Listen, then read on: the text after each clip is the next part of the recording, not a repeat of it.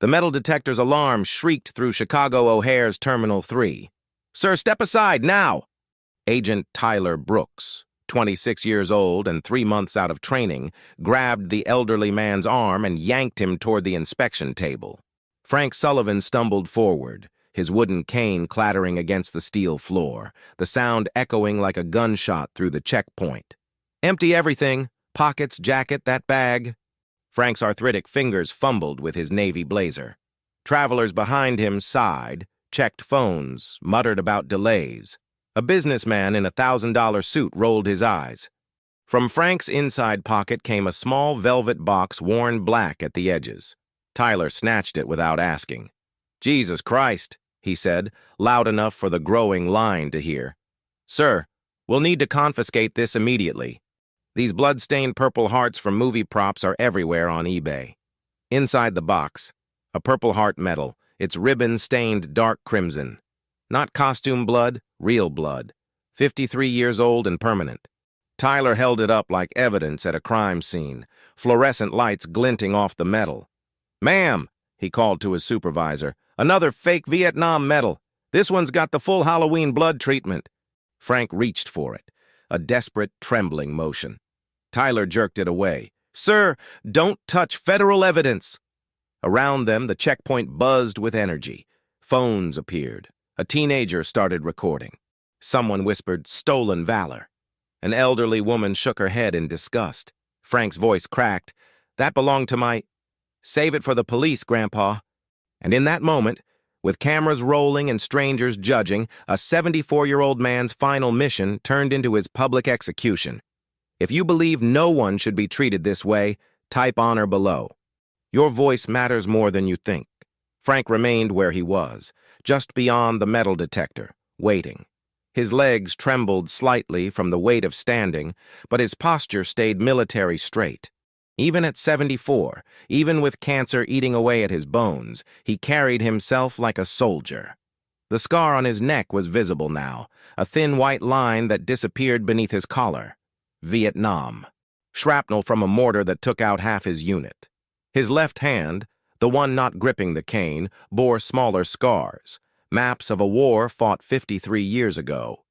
A family with young children moved through the line behind him. The mother pulled her kids closer, away from the problem passenger. A businessman in an expensive suit checked his watch and muttered something about delays. No one asked if Frank was okay. No one cared. Supervisor Janet Mills walked over, clipboard in hand, examining the Purple Heart with the skepticism of someone who'd seen too many fakes. "Sir, can you provide documentation for this item?" Frank reached into his jacket pocket with careful precision. His movements were deliberate, economic, the way a man moves when every gesture costs energy he can't spare. He pulled out a folded piece of paper, yellowed with age. "Michael Torres," Frank said quietly. "Private First Class, 19th Infantry. He was 19 years old when he died in my arms, March 15, 1971. Janet unfolded the paper. It was a handwritten letter, dated 53 years ago.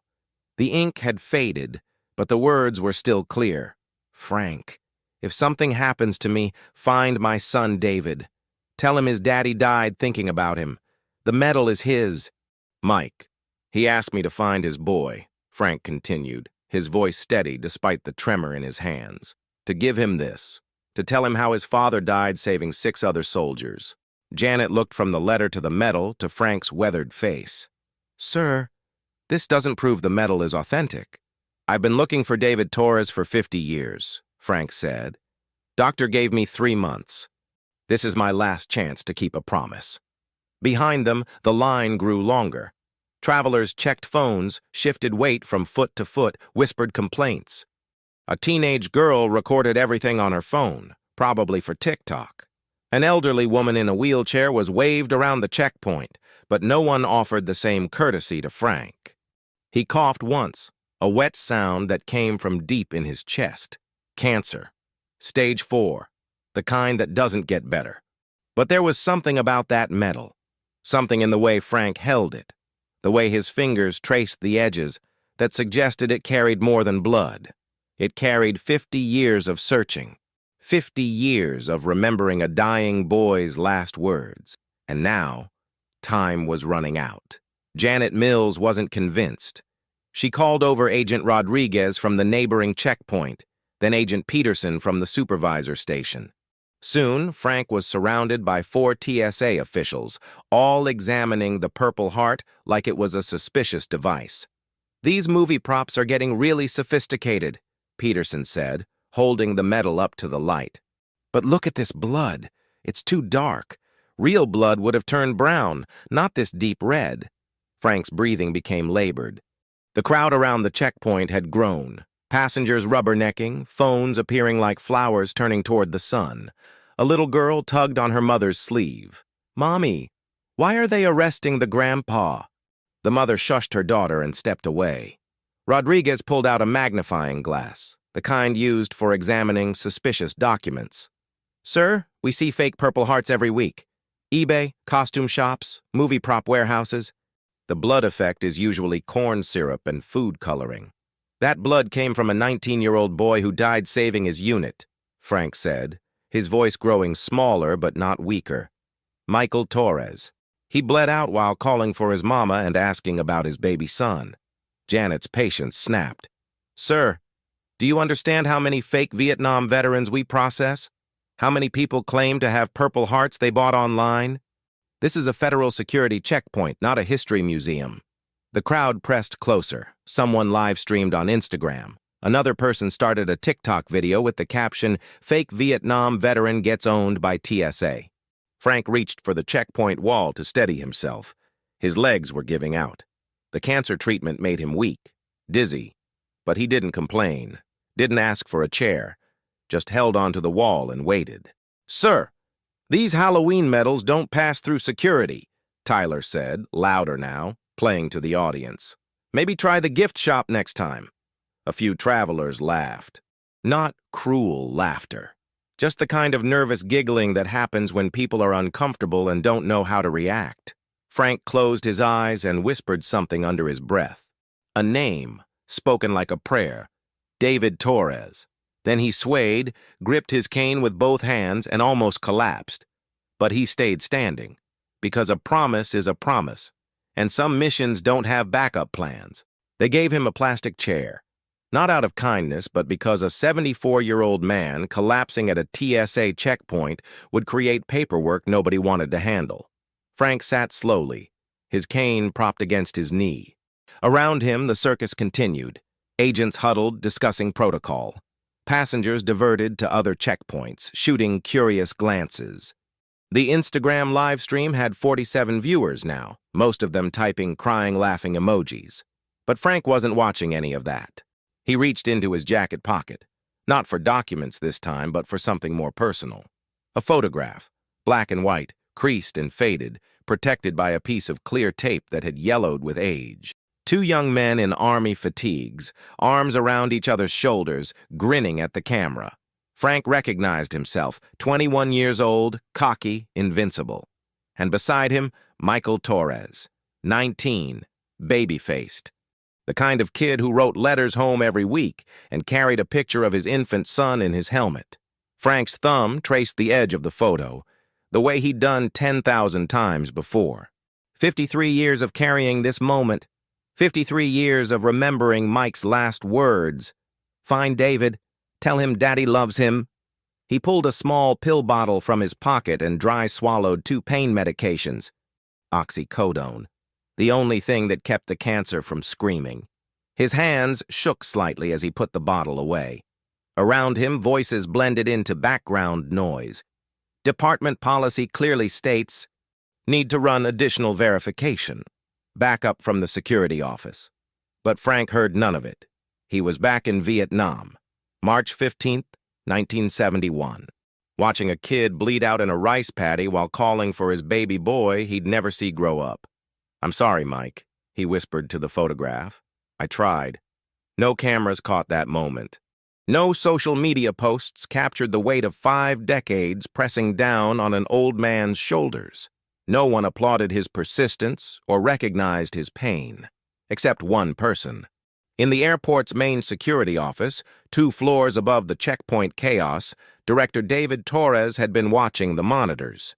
He'd seen the commotion, heard the name Frank Sullivan over the radio, watched an old man clutch a photograph like it contained his entire world, and something in David's chest started pounding. Because 52 years ago, his mother had told him a story about a soldier named Frank Sullivan, a soldier who'd promised to find a baby named David Torres, a soldier who'd carried his father home. David Torres didn't wait for the elevator. He took the stairs two at a time, his dress shoes echoing in the concrete stairwell. 52 years old, graying at the temples. But he moved with the urgency of a man who'd just discovered something impossible. He burst through the checkpoint area, his airport ID swinging from the lanyard around his neck. "Stop! Stop everything!" The TSA agents turned. Passengers looked up from their phones. The Instagram live stream suddenly had 200 viewers. David walked directly to Frank, who was still sitting in the plastic chair, still holding the photograph. "Sir," David said, his voice careful, controlled. "Did you say your name was Frank Sullivan?" Frank looked up, confused by the sudden attention from someone in a suit instead of a uniform. "Yes." "And you mentioned Michael Torres?" Frank's eyes sharpened. "You know that name?" David's voice cracked slightly. "Michael Torres was my father." The checkpoint fell silent. Not the gradual quiet of people losing interest, but the sudden, complete silence of everyone holding their breath at once. Frank stared at David, really looked at him for the first time. The same dark eyes as Mike, the same stubborn jawline, the same slightly crooked smile that had made Mike popular with the local girls before he shipped out. "David?" Frank whispered. "Little David? You're really him. You're Frank Sullivan. My mother told me about you my whole life. The soldier who carried my father back, the one who promised to find me." David knelt beside Frank's chair, his executive composure cracking completely. "She said you held him when he died, that he talked about me." Frank's hands trembled as he reached for the Purple Heart, still being held by Agent Tyler. David nodded to Tyler, who immediately handed over the medal. Frank placed it in David's palm. The medal was warm from the lights, heavy with history. "This belonged to your father," Frank said. "The blood on it. That's his, from when he threw himself on a grenade to save 6 other boys, including me." David's eyes filled. "He really said my name?" "Last thing he said. Tell David his daddy loves him. Then he made me promise to give you this medal, to tell you what kind of man he was." David closed his fingers around the Purple Heart. Around him, the entire checkpoint had stopped functioning. Passengers stood at respectful distances. TSA agents watched with wide eyes. Even the Instagram live stream had gone quiet, viewers typing heart emojis instead of laughing faces. "I've been looking for you for 50 years, Frank said. "Doctor gave me 3 months to live. This was my last chance." David Torres, director of Chicago O'Hare International Airport, a man who managed 83 million passengers a year, sat down on the floor next to an old soldier's chair and cried. Because some promises take a lifetime to keep. And some missions finally come home. What happened next wasn't protocol. It wasn't policy. It was something better. David stood and faced the crowd of passengers, TSA agents, and airport staff that had gathered around Checkpoint 7. "This man," he said, his voice carrying across the terminal, "is Frank Sullivan. 53 years ago, he carried my father's body out of a rice paddy in Vietnam. He spent 5 decades looking for me to keep a promise he made to a dying 19-year-old soldier." David turned to Frank, who was struggling to stand from the plastic chair. David offered his arm for support. "And today, on his final mission, he found me." The applause started small, one person clapping, then another. But it grew, rolling across the checkpoint like a wave. Passengers stopped rushing to their gates. Families put down their luggage. Even the flight attendants wheeling their cases paused to join the ovation. Agent Tyler, the young TSA officer who had started it all, stepped forward. "Sir," he said to Frank, his voice thick with emotion. I'm sorry. I didn't understand." Frank nodded, no anger in his eyes. "Son, you couldn't have known." David guided Frank through the security checkpoint, not as a suspicious passenger, but as an honored guest. They walked slowly, Frank's cane tapping against the polished floor, David's hand steady on his arm. Behind them, Janet Mills was already on her radio. "This is Mills at Checkpoint 7. We need maintenance to install something." A display case. Permanent installation. 2 hours later, as Frank waited for his flight to board, he watched airport workers install a glass case near Checkpoint 7. Inside was the photograph. Frank and Michael Torres, young and smiling in their Army fatigues. Next to it, a small placard. "In honor of PFC Michael Torres and SSG Frank Sullivan Vietnam veterans, some promises take a lifetime to keep." David had insisted on adding one more thing. Michael's Purple Heart, cleaned and displayed with full honors. "It belongs here," David said, standing beside Frank, "where people can see it, where they can remember." Frank watched travelers pause at the display. Some read the placard. Others just looked at the young faces in the photograph. A few veterans stopped and saluted. When they called Frank's flight, David walked him to the gate. "Where are you going?" David asked. "Phoenix, last reunion of my unit. Only 3 of us left now." David handed Frank a business card. "My personal number. When you come back through Chicago, and you will come back, you call me first. No checkpoints, no questions, just family." Frank looked at the card, then at David, Mike's boy, all grown up with Mike's eyes and Mike's stubborn chin. "He'd be proud of you," Frank said. "Because of you, I got to know that." Frank boarded his flight, waving once at the terminal window where David stood watching. As the plane pulled away from the gate, he pressed his face to the small window and looked down at the airport.